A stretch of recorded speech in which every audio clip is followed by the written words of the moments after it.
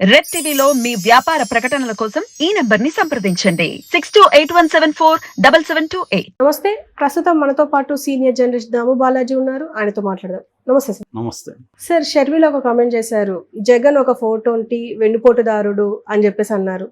అంటే ఇప్పటి వరకు మనం చంద్రబాబు నాయుడు అనడం చూసాము, ఇప్పుడు జగన్ ని కూడా అంటున్నారు. మరి ఇది ఏ కాంటెక్స్ట్ లో చూడొచ్చు మనం? అంటే షర్మిల ముందు నుంచి కూడా ప్రధానమైన ఫోకస్ జగన్ మీదనే పెట్టింది. అంటే అది సహజం కూడా, ఎందుకంటే జగన్ అధికారంలో ఉన్నాడు కాబట్టి జగన్ మీద పెట్టాలి. అయితే ఆమె మెయిన్ ఫోకస్ చెప్పాలంటే బీజేపీతో కుమ్మక్కై జగన్ రాష్ట్రానికి నాశనం చేశాడన్న నెరేటివ్ ఆమె తీసుకున్నది. అయితే ఆమె చెప్తున్నది ఏమంటే BJP single MLA single MP లేకుండా ఆంధ్రప్రదేశ్ని తన గ్రిప్లో పెట్టుకోగలిగింది అనేది చెప్తుంది. అదేం కొత్త విషయం కాదు, అందరికీ తెలిసిందే. అదేంటంటే విచిత్రమైన పరిస్థితి. మామూలుగా ఇప్పుడు తెలంగాణ తీసుకుంటే ఇక్కడ కనీసం కాంగ్రెస్ పార్టీ బీజేపీతో లేదు. ఒకవేళ బీఆర్ఎస్ సరెండర్ అయినప్పటికీ కాంగ్రెస్ పార్టీ ఖచ్చితంగా బీజేపీకి యాంటీగా ఉంటుంది. కానీ అక్కడ అది లేదు. అక్కడ రూలింగ్ పార్టీ బీజేపీతోనే ఉంటుంది. జగన్ బీజేపీని ధిక్కరించే పరిస్థితి ఏమాత్రం లేదు. ఏదేమైనా రిక్వెస్టింగ్ అడుక్కోవడం, అప్పులు తీసుకోవడానికి పర్మిషన్లు అడుక్కోవడం, తర్వాత వాళ్ళు న్యాయంగా రావాల్సిన రాష్ట్ర వాటా, మామూలుగా పన్నుల్లో నుంచి రాష్ట్ర వాటా వస్తుంది, అదంతా కూడా అడుక్కోవడం తప్ప డిమాండ్ చేసి గట్టిగా మాట్లాడి అనేది లేదు జగన్ కూడా. కొంతవరకు అది అతని పద్ధతి సక్సెస్ కూడా అయింది, కొంతవరకు డబ్బులు లాగగలిగారు. సో ఆ మేరకి అట్లాగే అప్పులకు కూడా పర్మిషన్లు తీసుకోగలుగుతున్నాడు, నెట్టుకొస్తున్నాడు. బీజేపీ కూడా ఇతను మనతో ఫ్రెండ్లీగా ఉన్నాడు. రెండోది, వాళ్ళకి అనేక విషయాల్లో రాజ్యసభలో వాళ్ళకి బలం లేనప్పుడు జగన్ ఆదుకున్నాడు వాళ్ళని బిల్లుల విషయంలో. పార్లమెంట్లో మిగతా లోక్సభలో కూడా మద్దతు అడగకపోయినా తను మద్దతు ప్రకటించాడు. అలాగా తమకు లాయల్గా ఉన్నాడు అని చెప్పి వాళ్ళు కూడా కొంత లిబరల్గా ఉన్నారు చాలా విషయాల్లో జగన్కి. అందుకని జగన్ ఎక్కడ కంట్రోల్ చేయలే. అమరావతి రాజధాని కాదని జగన్ ఏదో రకరకాల విన్యాసాలు చేసినా కూడా వాళ్ళు ఏం కంట్రోల్ చేయలేదు. అట్లాగే చంద్రబాబును అరెస్ట్ చేస్తున్నప్పుడు కూడా కంట్రోల్ చేయలేదు. ఇలాగ జగన్కి వాళ్ళు ఫ్రీ హ్యాండ్ ఇస్తూ వచ్చారు. At the same time Chandrababu నిజానికి మోడీకి యాంటీగా బిగినింగ్లో మాట్లాడిన 2019లో, తర్వాత ఎన్నికలు అవగానే ప్లేట్ ఫిరాయించి తన పార్టీలో తన ఎంపీలని నలుగురిని తనే పంపించి బీజేపీలోకి, సో బీజేపీని ప్రసన్నం చేసుకునే కార్యక్రమాలు స్టార్ట్ చేశాడు. దానికి ఆయనకున్న పరిస్థితి కారణం. ఎందుకంటే ఆయన ఆ పని చేయకపోతే జైలుకి అప్పుడే పోయిండేవాడు ఆయన. అందుకని ఆయన ఆ పని చేయాల్సిన పరిస్థితి ఆయనకి ఏర్పడింది.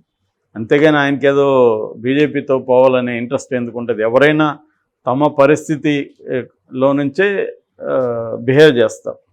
సో ఆ కండిషన్ చంద్రబాబుకు ఉంది కాబట్టి ఆయన ఆ పని చేయగలిగాడు. కాబట్టి ఆయన జైలుకి పోకుండా ఈ 4.5 ఏళ్ళు ఉండగలిగాడు. చివరిలో కూడా జైలుకి పంపించడం నాకు తెలిసి ఒక రకంగా ఆయన్ని ప్రెజర్ చేయడం కోసమే. నేను ఇందాక ఒక వీడియోలో చెప్పిన క్యారెట్ అండ్ స్టిక్ పాల్స్, అలాగా ఆయన ప్రెజర్ చేయడం వల్ల అనివార్యంగా ఇప్పుడు చంద్రబాబు బీజేపీ పొత్తు కోసం వెళ్తున్నాడు. లేకపోతే చంద్రబాబు వెళ్ళేవాడు కాదు. సో ఇది బీజేపీ కూడా ఒక రకంగా చంద్రబాబుని ప్రెజర్ చేసి, నువ్వు నాతో కలవకపోతే నీకు జైలే గతి అన్న ఒక మెసేజ్ని పంపించింది జగన్ ద్వారా. అంటే మామూలుగా ఒక మేధావి అంటాడనమాట. అంటే హిట్లర్ కంటే గాంధీ మోర్ వైలెంట్ అని ఒక స్టేట్మెంట్ ఇచ్చాడు ఒక ఫిలాసఫర్, స్లవై జిజెక్ అని. ఆయన్ని నేను ఇంటర్వ్యూ చేసినప్పుడు 10 ఏళ్లకు ముందు ఆయన ఇంటర్వ్యూ చేసి అడిగా, ఎందుకు ఇలాంటి స్టేట్మెంట్ ఇచ్చారంటే, గాంధీ నాన్ వైలెంట్ అని నాకు కూడా తెలుసు, కానీ గాంధీ లేకపోతే బ్రిటిష్ వాళ్ళు ఎవరితో డీల్ చేయాలి? భగత్ సింగ్ లాంటి వాళ్ళతో డీల్ చేయాల్సిన అంటే అతివాదులు తీవ్రవాదులతో డీల్ చేయాల్సిన పరిస్థితి. కాబట్టి గాంధీ ఏం చెప్పేవాడు అంటే బ్రిటిష్ వాళ్ళకి, మీరు నాతో డీల్ చేయకపోతే మీరు వాళ్ళతో డీల్ చేయాల్సి వస్తుంది, కాబట్టి మీరు మర్యాదగా నాతో డీల్ చేసుకోండి అని బెదిరించగలిగాడు గాంధీ. సో ఆ బెదిరించగలిగే పొజిషన్ ఉండడానికి గాంధీకి వెనక ఈ బ్యాక్గ్రౌండ్లో తీవ్రవాదులు భగత్ సింగ్ లాంటి వాళ్ళు ఉండడం వల్ల బెదిరించగలిగాడు. కాబట్టి ఈయన మోర్ వైలెంటే. అంటే నాతో మీరు డీల్ చేయకపోతే వాళ్ళతో డీల్ చేస్తారంటే వైలెన్స్ ఉన్నట్టే కదా అనేది ఆయన ఎక్స్ప్లెయిన్ చేశాడు. అలాగా మోడీ వాళ్ళు కూడా ఏంటంటే, మీరు నాతో కలవకపోతే జగన్ ఉన్నాడు ఇక్కడ, జగన్ మీ సంగతి చూస్తాడు అన్న ఒక దీన్ని ప్రొజెక్ట్ చేయగలిగారు.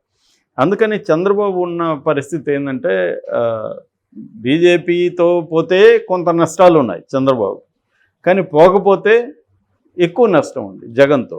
కాబట్టి ఏది పెద్ద నష్టం అనుకున్నప్పుడు, జగన్ పెద్ద నష్టం అనుకున్నప్పుడు చిన్న నష్టం వైపు ఆయన వెళ్తున్నాడు. సక్సెస్ కూడా అవుతుంది ఆ రకంగా. సో ఈ పరిస్థితిలో షర్మిల రోల్ ఏంటంటే, ఇక్కడ షర్మిల బీజేపీని యాంటీగానే మాట్లాడాల్సి వస్తుంది. ఎందుకంటే ఆమె ఇండిపెండెంట్ పార్టీ కాదు, ఆమెది కాంగ్రెస్ పార్టీ. కాంగ్రెస్ పార్టీ ప్రధానంగా బీజేపీనే ఫోకస్ చేయాలి. అట్ ద సేమ్ టైం ఇక్కడేమో జగన్ని చేయాలి. కాకపోతే ఇప్పుడు అందుకని ఆమె నిన్న మంగళగిరిలో జరిగిన వాళ్ళ ఒక ప్రోగ్రాంలో మాట్లాడుతూ జగన్ 420 గాడు అన్నట్టుగా మాట్లాడింది. దానికి కారణం ఏంటంటే, 420 అంటే ఎవరిని అంటారు? చీట్ చేసేవాళ్ళని అంటారు. సో ఈ రాష్ట్రాన్ని జగన్ చీట్ చేశాడు అనేది ఆమె ఉద్దేశం. ఎందుకు చీట్ చేశాడంటే, గతంలో ఈ ప్రత్యేక హోదా కోసమే తన ఎంపీల దగ్గర రిజైన్ చేయించి చివరికి చంద్రబాబుని కూడా ప్రెజర్ చేసి, చంద్రబాబు కూడా విత్డ్రా చేసుకునేట్టుగా చేసి, తను ఏదో ప్రత్యేక హోదా తెచ్చే ఒక ఛాంపియన్ లాగా జనాల్ని నమ్మించాడు. అధికారంకి వచ్చినాక సరే బీజేపీ ఓకే, అబ్సల్యూట్ మెజారిటీ ఉంది ఓకే, కానీ నువ్వు దాని మీద పోరాటం చేయకుండా ఎప్పుడో వైట్ పేపర్ రాసేసి ఇవ్వండి సార్ ప్లీజ్ అని ఒక పేపర్ ఇచ్చేసి వాళ్ళు దాన్ని పక్కన పెడతారు. మొక్కుబుడిగా ఏదో నేను ఇచ్చాను అన్నట్టుగా ఇచ్చేయడం తప్ప ఇతను మళ్ళీ దాని మీద పోరాడలేదనేది ఆ యాంగిల్లో ఆమె చేసిన విమర్శ కరెక్టే. ఎందుకంటే జగన్ ఖచ్చితంగా పక్కన పెట్టేశాడు. పెట్టేయడానికి ఆయనకు వెసులుబాటు ఏంటంటే, వేరే అడిగేవాళ్ళు కూడా ఇంకెవడు లేడు కదా. ఇక్కడ చంద్రబాబు అన్న పోరాటం చేస్తే జగన్ మీద ప్రెజర్ ఉండేది, కనీసం జనసేన పోరాటం చేస్తే జగన్ మీద ప్రెజర్ ఉండేది. వీళ్ళు కూడా చేయట్లేదు కాబట్టి జగన్ని అడిగేవాడు ఎవడు లేదు కాబట్టి ఉండగలిగాడు, సాధ్యమైంది. సో ఇప్పుడు ఈమె దాన్ని ప్రశ్నిస్తుంది. సో అంతవరకు ఆమె ప్రశ్నలో లాజిక్ ఉంది. అయితే ఆమె వెన్నుపోటు పొడిచాడు అనేది కూడా ఈ కాంటెక్స్ట్లో అనేది, వెన్నుపోటు అనేది కూడా ఇదే కాంటెక్స్ట్. ఎందుకంటే విభజన హామీలు సంబంధించి దాదాపు 12 నుంచి 15 లక్షల కోట్లు రావాలి, అవన్నీ జగన్ కాంప్రమైజ్ అయిపోయాడు, రాష్ట్రం కోసం చేయలేదు అనేది ఆమె మాట్లాడింది. అంతవరకు ఆమె మాట్లాడిన విషయాలు కరెక్టే. మరి వెన్నుపోటుదారుడు అనిందా 420 అనేది పక్కన పెడితే దాని ఎసెన్స్ అయితే కరెక్టే. కాకపోతే ఇక్కడ ప్రాబ్లం ఏంటంటే, ఆమె ఎవరు అడుగుతున్నారు అనేది కూడా ఇంపార్టెంట్. ఆమె అడుగుతుందంటే నువ్వెందుకమ్మా, ఆమె మీద కూడా కొన్ని ప్రశ్నలు వస్తాయి. 10 ఏళ్ళుగా నువ్వేం చేసావు ఈ రాష్ట్రం కోసం? ఎప్పుడైనా వచ్చావా, పలకరించావా ఈ ప్రజలు ఎలా ఉన్నారని? నువ్వు ఎంతసేపటికి నా తెలంగాణ ఆడబిడ్డ, నేను తెలంగాణ కోడల్ని, తెలంగాణ ప్రజలే నా ఇది అని, నా ఊపిరి నా ఇది అనే డైలాగులంతా కొట్టి అవసరమైతే ఆంధ్రప్రదేశ్తో కొట్లాడతానని కూడా చెప్పావు. అప్పుడేమో నీకు ఆంధ్రప్రదేశ్ ఎనిమి, ఎందుకంటే తెలంగాణకి ఆంధ్రప్రదేశ్ అనేక విషయాల్లో ప్రత్యర్థి. ఇప్పుడేమో నిన్న ఆమె కన్నీళ్ళు కూడా పెట్టుకుంది, ఎమోషనల్ అయిపోయి. మేబీ నిజంగా కూడా ఆమె ఏడ్చుండొచ్చు, దాంట్లో మనం యాక్టింగ్ అనలేము. ఒక్కోసారి మనం ఉద్వేగంగా ఉన్నప్పుడు మనకు కన్నీళ్ళు వస్తాయి. కానీ దాన్ని జనాలు కనెక్ట్ అవ్వాలి. జనాలు కనెక్ట్ అవ్వాలంటే ఈ ప్రశ్నలు రాకుండా ఉండాలి. ప్రశ్నలు రాకుండా ఉండవు జనంకి.